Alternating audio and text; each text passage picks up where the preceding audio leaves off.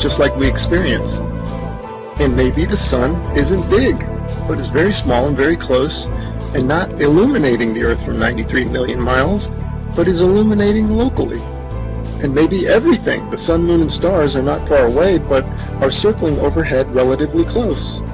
In this video, we're going to explore the latter option, and at the end, we're going to reveal startling evidence through the use of time-lapse photography that the sun cannot possibly be 93 million miles away, but is in fact very close and is illuminating locally as it traverses our flat Earth. Oh man, and watch how this sun comes at you. Boom! I mean, come on. And that's our perspective. If you look at jet trails, Google Images, you'll see them. They start out low at the horizon, they come up overhead. Look at that thing. They come up overhead and then they go down to the horizon. Perfectly explains what the sun would do. Here it is going overhead. I love time lapse. And look at this. You can't go out and look at the sun. You can't see this stuff, except that it's on, time lapse like this. It's incredible. Now watch this thing. It's sweeping. The sun over flat Earth is doing a big circle, right?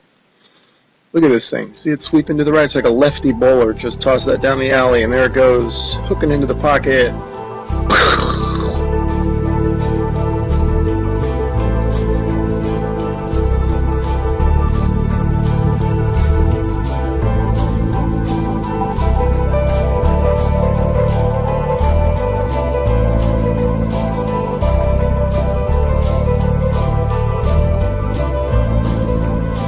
See how the clouds angle down to the horizon.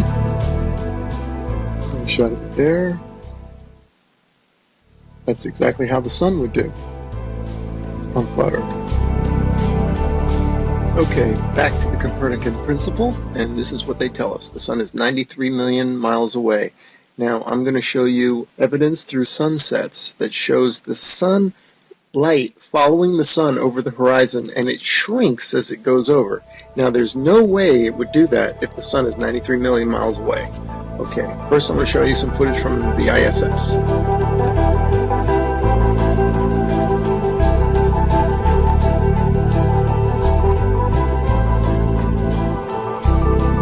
Okay, now watch this animation. Watch this sunset. Now this is exactly, if they came to me and said do an animation, this is how I would do it. If the sun were 93 million miles away. Just like that. Have the whole horizon fade evenly. But that's not what we see.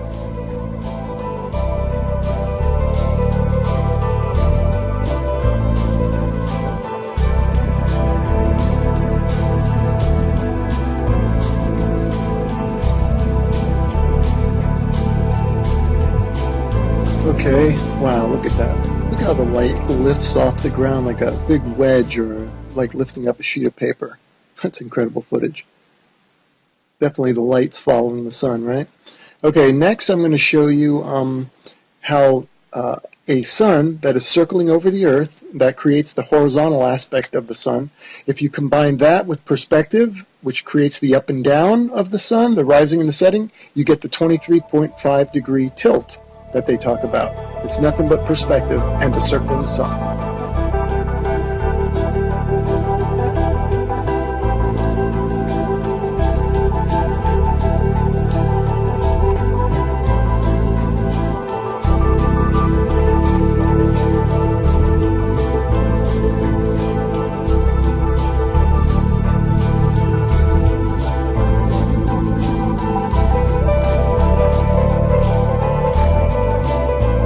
Here's another sun sweeping out a big circle.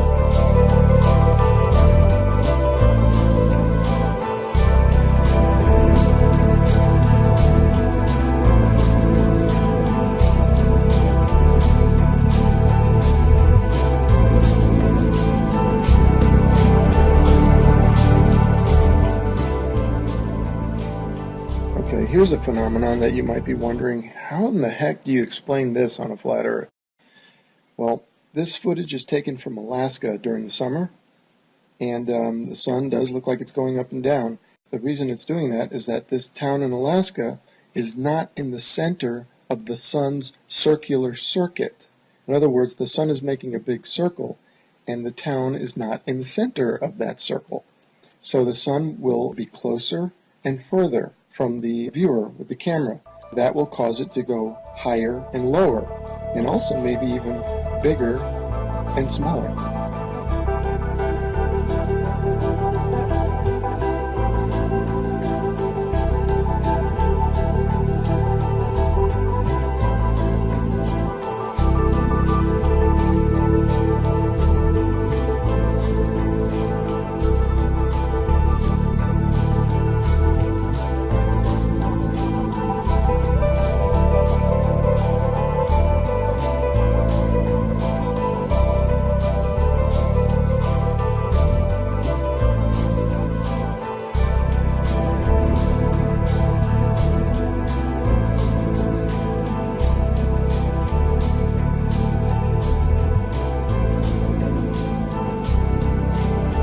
Look at the high altitude airplane. Remember, this is from a high altitude balloon, so that airplane is probably at cruising altitude.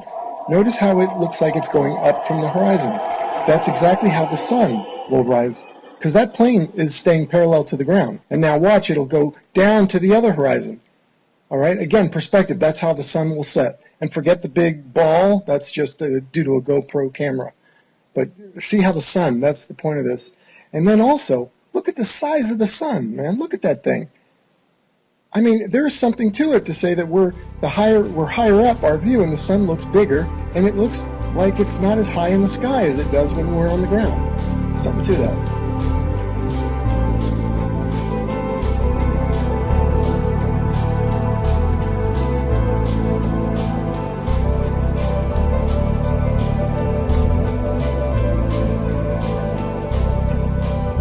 Let's explore this notion a bit further, that the sun looks bigger when filmed from higher up. The next 3 slides, I'm going to do a comparison, a side by side. The one on the left, the camera's above the clouds. The camera on the right is ground level.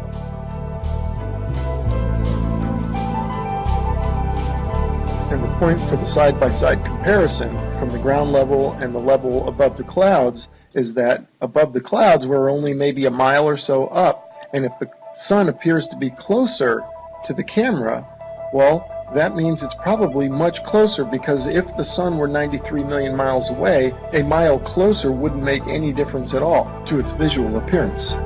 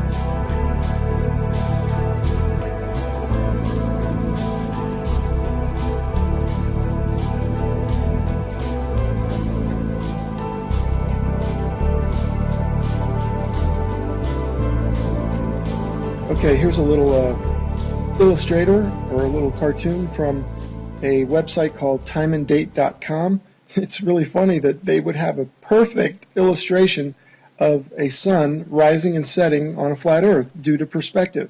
You'll notice that it rises from below the horizon and sets below the horizon. Now you might be saying, well, how is that possible? I can see now you're saying that it rises and lowers due to perspective, but how does it disappear below the horizon?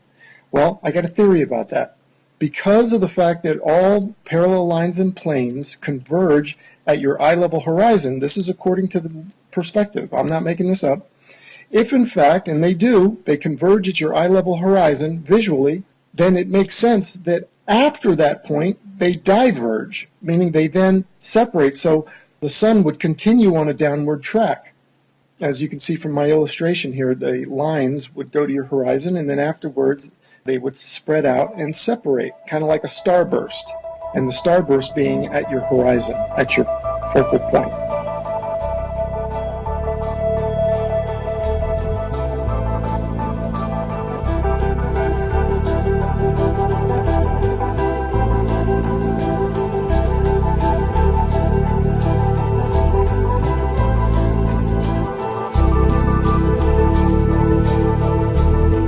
Anyway, without further ado, we're going to start talking about, and I'm going to start showing you the time lapse of the sunsets that I'm talking about that clearly show the sun is close and illuminating locally. Here we go. Alright, and here are a couple of time-lapse sunsets, and just like the sunrises at the beginning of this video where you could see the sun coming at you, not maintaining any 93 million mile distance, here you can also see the sun moving away, and it's clearly not due to the rotation of the Earth and a sun that's maintaining 93 million miles away, but the sun is moving over the Earth and moving away from you.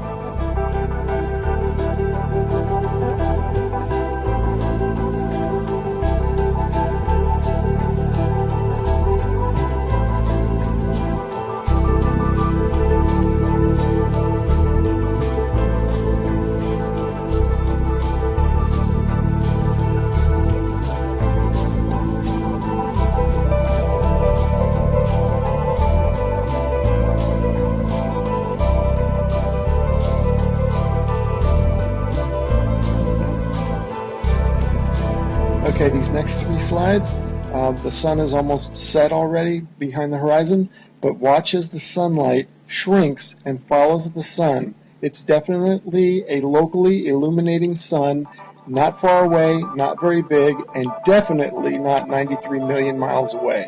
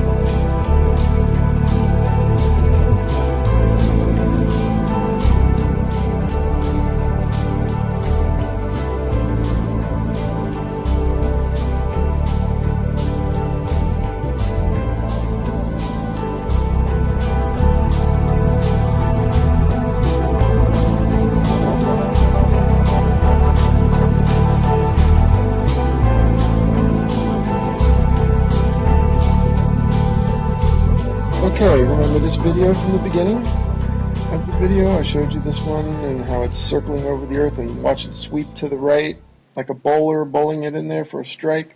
Okay, now I want you to pay attention to the way the light follows the sun. The sunlight's going to shrink, right, as it follows the locally illuminating sun.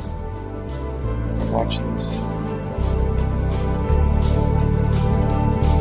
See it shrinking, following the sun? You do not get that if the sun is 93 million miles away. The entire horizon should fade evenly, just like this supposed shot taken from space of the Earth. You can clearly see the way they depict it. They depict the demarcation between day and night, or light and dark, as a long straight line.